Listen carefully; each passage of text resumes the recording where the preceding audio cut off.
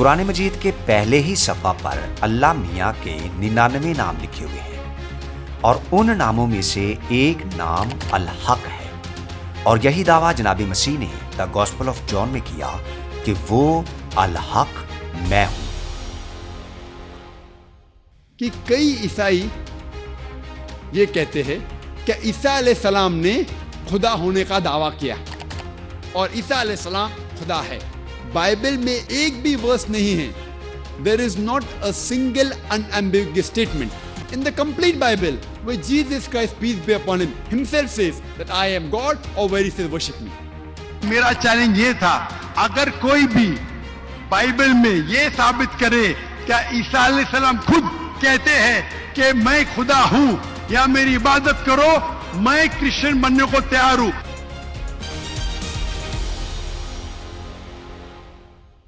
ذاکر نائک نے پوری مسیحیت کو چیلنج کیا ہے کہ بائبل میں سے کوئی ایک ریفرنس دے دو جہاں مسیح نے یہ کہا ہو کہ میں خدا ہوں، تو میں مسیحیت کو قبول کر لوں گا۔ بات یہ ہے کہ ہمیں اس سے کوئی فرق نہیں پڑتا کہ آپ مسیحیت کو قبول کریں یا نہ کریں۔ فرق پڑنا ہے تو آپ کی اپنی ہی ذات کو پڑنا ہے، کیونکہ آج تک آپ نے مسیح کے کون سے چیلنج کو قبول کیا ہے؟ ہم آپ کو چاہے جتنے مرضی ریفرنس دکھا دیں، آپ ہر ریفرنس کو تو جھٹلا دیتے ہو، کیونکہ ذاکر نائک کا ایک ویژن ہے کہ بائبل مقدس کو پڑھنا ہے تو صرف نکتہ چینی کے لیے، غلطیاں نکالنے کے لیے، بائبل مقدس کو جھٹلانے کے لیے اور دین مسیحیت کو جھوٹا ثابت کرنے کے لیے۔ یہ ہے مطالعہ ذاکر نائک صاحب کا۔ جو بندہ بائبل مقدس کو جھٹلا چکا ہو، تورات، زبور اور انجیل کا انکار کر چکا ہو کہ یہ خدا کا کلام ہے ہی نہیں، تو جو بندہ خدا کے کلام کا انکار کر چکا ہو وہ خدا کو کیسے مانتا ہوگا؟ کیونکہ خدا کے کلام کا انکار کرنا گویا خدا کا انکار کرنے کے برابر ہے۔ تو جو بندہ یہ کہتا ہے کہ خدا کا پہلے والا کلام موجود ہی نہیں ہے، تو اسے تو پھر یہ بھی کہہ دینا چاہیے کہ پہلے والا خدا بھی موجود نہیں ہے، کیونکہ جب خدا نہیں بدلتا تو اس کا کلام کیسے بدل سکتا ہے؟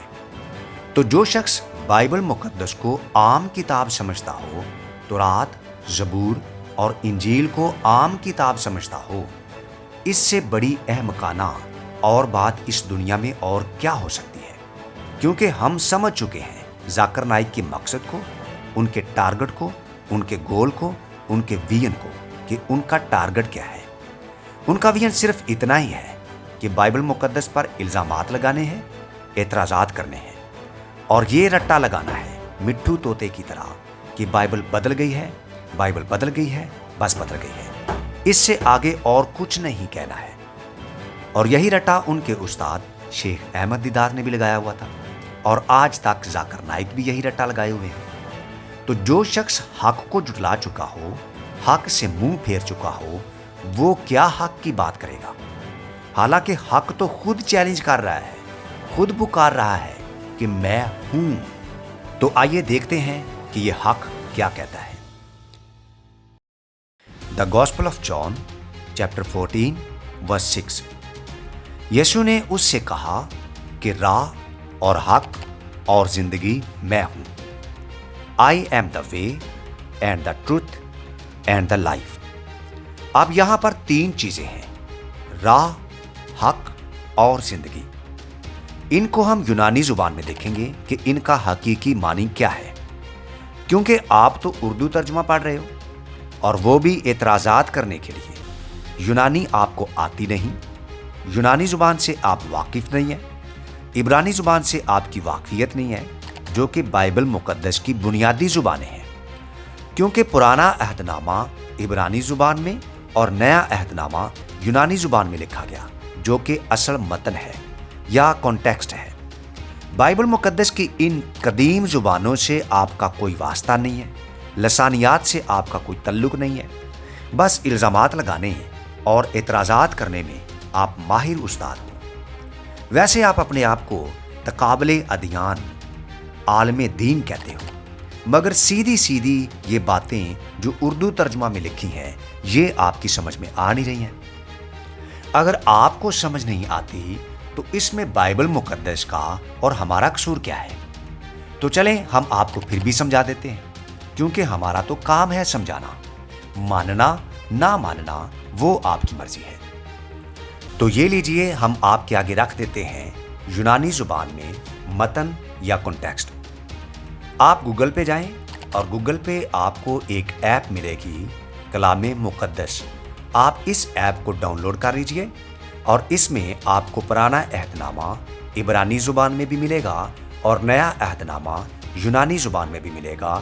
اس کا انگلش اور اردو ترجمہ بھی آپ کو مل جائے گا، اور بھی بہت سارے ترجمے آپ کو مل جائیں گے۔ اب یہ جو متن آپ کے سامنے موجود ہے، جناب مسیح نے اپنا تعارف کروایا اور کہا کہ میں راہ ہوں، میں حق ہوں اور میں زندگی ہوں۔ اب یہاں ہم اس لفظ حق کو سمجھیں گے، اور اگر آپ اس کو سمجھ گئے تو پھر آپ کو بالکل سمجھ میں آ جائے گا کہ مسیح نے اپنے آپ کو کیا کہا۔ حق کے لیے یونانی زبان میں لفظ ایلیتھیا استعمال کیا گیا ہے، جس کا انگریزی میں ترجمہ دا ٹروتھ کیا گیا ہے، اور اردو میں ترجمہ بالکل درست کیا گیا ہے، حق۔ یہاں پر یونانی زبان میں ایک ڈیفینٹ آرٹیکل موجود ہے، ہے ایلیتھیا، جس کا ترجمہ کیا گیا ہے دا ٹروتھ۔ جب ہم اس کا عربی زبان میں ترجمہ کریں تو عربی زبان میں بھی ڈیفینٹ آرٹیکل موجود ہے، اور وہ ہے ال۔ اب یہ جو عربی زبان کا ال ہے، یہ دو چیزوں کے لیے استعمال کیا جاتا ہے۔ ایک تو اس کے لیے کہ کسی خاص چیز کے ساتھ ال لگایا جاتا ہے، جس کے لیے انگریزی زبان میں لفظ دا لگایا جاتا ہے، جیسا کہ دا وے، دا ٹروتھ، دا لائف۔ اسی طرح عربی زبان میں بھی کسی خاص چیز کے ساتھ ال لگایا جاتا ہے، الف لام ال، جیسا کہ الصراط، الحق، الحیات۔ لیکن عربی زبان میں جب کسی لفظ کے ساتھ ال لگایا جاتا ہے تو وہ ڈیفینٹ آرٹیکل کے لیے بھی استعمال کیا جاتا ہے، جیسے الصراط، الحق، الحیات۔ اب یہاں تینوں کے ساتھ یونانی زبان میں بھی ڈیفینٹ آرٹیکل لگا ہوا ہے، یعنی ہے ہودوس، ہے ایلیتھیا، ہے زوئے، یعنی ہے ہودوس دا وے، ہے ایلیتھیا دا ٹروتھ، ہے زوئے دا لائف۔ تو جب ہم ان کا عربی میں ترجمہ کریں گے تو عربی میں بھی ان تینوں کے ساتھ ڈیفینٹ آرٹیکل موجود ہے، یعنی ال، کہ میں الصراط ہوں، میں الحق ہوں، میں الحیات ہوں۔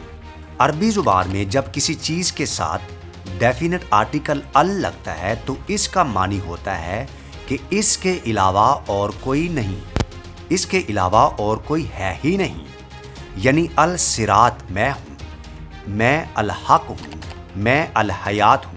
یعنی جب مسیح نے کہا کہ میں الصراط ہوں، میں الحق ہوں، میں الحیات ہوں، جس کا مطلب ہے میرے علاوہ اور کوئی سیدھا راستہ ہے ہی نہیں، میں الحق ہوں، میرے علاوہ اور کوئی حق ہے ہی نہیں، میرے علاوہ اور کوئی سچ ہے ہی نہیں، الحیات، کہ میرے علاوہ اور کوئی حیات ہے ہی نہیں۔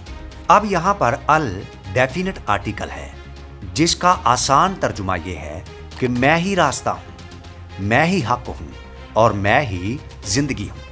جناب مسیح نے تو اپنی زبان مبارکہ سے یہ دعویٰ کر دیا ہے کہ میں ہی حق ہوں۔ اب قرآن مجید کے پہلے ہی صفحہ کو جب ہم پڑھتے ہیں تو وہاں پر اللہ میاں کے 99 نام لکھے ہوئے ہیں، اور ان ناموں میں سے ایک نام الحق ہے، اور یہی دعویٰ جناب مسیح نے دا گاسپل آف جان میں کیا کہ وہ الحق میں ہوں، یعنی میں خدا ہوں۔ تو مسیح نے تو صاف صاف لفظوں میں یہ دعویٰ کر دیا ہے کہ میں خدا ہوں، کیونکہ یہ دعویٰ کوئی انسان نہیں کر سکتا، اور جناب مسیح نے ثابت کر دیا کہ میں خدا ہوں، کیونکہ وہ انسان بن کے اس دنیا میں آئے، اور وہ صرف انسان ہی نہیں تھے بلکہ اپنی ذات میں وہ خدا بھی تھے اور خدا ہیں۔ اور یاد رکھیے کہ یہ دعویٰ جناب مسیح نے قوم بنی اسرائیل کے آگے کیا، اور آپ جانتے ہیں کہ قوم بنی اسرائیل پکے موحد ہیں، جو یہ کہتے ہیں کہ ایک ہی خدا ہے، اس کے علاوہ اور کوئی ہے ہی نہیں۔ تو جب یہ دعویٰ جناب مسیح نے ان لوگوں کے سامنے کیا تو ان کے تو کان کھڑے ہو گئے ہوں گے کہ یہ کیسے دعوے کر رہا ہے، کیونکہ وہ کہتے تھے کہ خدا ہی زندگی کا سر چشمہ ہے، خدا ہی سیدھا راستہ ہے جو ہمیں منزل تک پہنچا سکتا ہے۔ اس لیے جناب مسیح کو ان کے سامنے یہ وضاحت کرنی پڑی کہ وہ میں ہی ہوں۔ جس نے مجھے دیکھ لیا اس نے خدا کو دیکھ لیا، جس نے مجھے دیکھ لیا اس نے سیدھی راہ دیکھ لی، جس نے مجھے دیکھ لیا اس نے حق کو پہچان لیا اور اس نے زندگی بھی پالی۔ اور آپ بھی تو ہر روز یہ دعا کرتے ہیں کہ اے اللہ میاں ہمیں صراط مستقیم دکھا، مگر جناب مسیح تو خود کہہ رہے ہیں کہ وہ صراط مستقیم میں ہوں۔ اب صراط مستقیم تو آپ کے سامنے موجود ہے، اسے دیکھنا اور پہچاننا تو آپ کا کام ہے۔ وہ تو دعویٰ کر رہا ہے کہ میں ہی راہ ہوں، میں ہی سچ ہوں، میں ہی حق ہوں اور میں ہی زندگی ہوں۔ میں ہی وہ راہ ہوں جو زندگی تک پہنچاتی ہے، جس میں موت کے کوئی امکانات نہیں ہیں، جس میں تباہ و برباد ہونے کے کوئی امکانات نہیں ہیں۔ اس صراط مستقیم پر چلو گے تو منزل مقصود پر پہنچ جاؤ گے۔ یہ وہ لقب ہے جو سیدنا مسیح نے اپنے آپ کو خود دیا، دوسروں نے نہیں کہا، کیونکہ دوسرے تو بیچارے یہ کہہ رہے تھے کہ ہمیں راستہ دکھائیے، ہمیں سیدھا راستہ دکھائیے۔ تو ان تینوں چیزوں کو ایک ساتھ جوڑتے ہوئے مسیح نے فرمایا کہ راہ اور حق اور زندگی میں ہوں۔ میں صرف راستہ ہی نہیں ہوں، راستے تو مروا بھی دیا کرتے ہیں، مگر میں وہ راستہ ہوں جو زندگی کی طرف لے کر جاتا ہے، جس کا انجام موت نہیں ہے۔ میں سچا راستہ ہوں، میرے پیچھے چلو گے تو بچ جاؤ گے۔ سیدنا مسیح سے پہلے بہت سارے انبیاء اکرام آئے اور ہم نہیں جانتے کہ وہ لاکھوں تھے یا کروڑوں تھے۔ وہ جتنے بھی تھے وہ تمام کے تمام رہنما تھے، راہبر تھے، وہ راستہ دکھانے والے تھے، لیکن ان میں سے کسی نے بھی یہ دعویٰ نہیں کیا کہ میں راستہ ہوں۔ وہ راستہ دکھانے والے تو تھے مگر خود راستہ نہیں تھے۔ یہ جناب مسیح کی اکلوتی ذات ہے جس نے یہ دعویٰ کیا کہ میں ہی راستہ ہوں۔ راستہ دکھانا تو آسان کام ہے، کوئی بھی راستہ دکھا سکتا ہے، لیکن خود راستہ کسی کے لیے بن جانا یہ مشکل کام ہے۔ یہ صرف جناب مسیح کی ذات ہی ہے جو راستہ بن گئی۔ دوسرے کیوں نہیں راستہ بنتے؟ کون سی پریشانی ہے؟ سیدھی سی بات یہ ہے کہ اگر آپ اس مثال کو سمجھ لیں گے تو آپ کی سمجھ میں آ سکتی ہے کہ جنگل میں، بیابان میں راستہ وہ ہوتا ہے جس پر لوگ چلتے رہے ہوں، اور اکثر آپ نے فصلوں میں بھی یہ دیکھا ہوگا کہ لوگوں کے چلنے کی وجہ سے گھاس وہاں سے دب جاتی ہے، گھاس مرجھا جاتی ہے، وہاں گھاس نہیں رہتی، اور گھاس مر کے لوگوں کے لیے راستہ بناتی ہے، اور راہ کے لیے لازمی ہے کہ وہ اپنی جان دے۔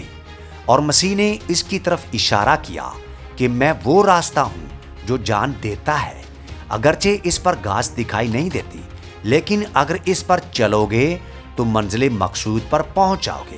اور مسیح نے یہی کام کیا جو راستہ کرتا ہے۔ مسیح نے اپنی جان دے کر ہمیں راستہ مہیا کیا ہے۔ تو آپ کے ایک صحابی نے کہا تھا کہ ہمیں بھی وہ راستہ دکھائیے، تو آپ نے کہا میں اتنی دیر تمہارے ساتھ رہا ہوں، تم نے ابھی تک نہیں دیکھا؟ جس نے مجھے دیکھا اس نے خدا کو دیکھ لیا، وہ راستہ میں ہوں۔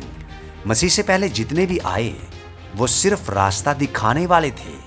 اب ہمیں راستہ دکھانے والا نہیں چاہیے، اب ہمیں وہ چاہیے جو خود راستہ بن جائے، جو خود راستہ ہو، اور وہ خود پکار اٹھے کہ راستہ میں ہوں، صراط مستقیم میں ہوں، میرے اوپر چلو گے تو منزل مقصود پر پہنچ جاؤ گے۔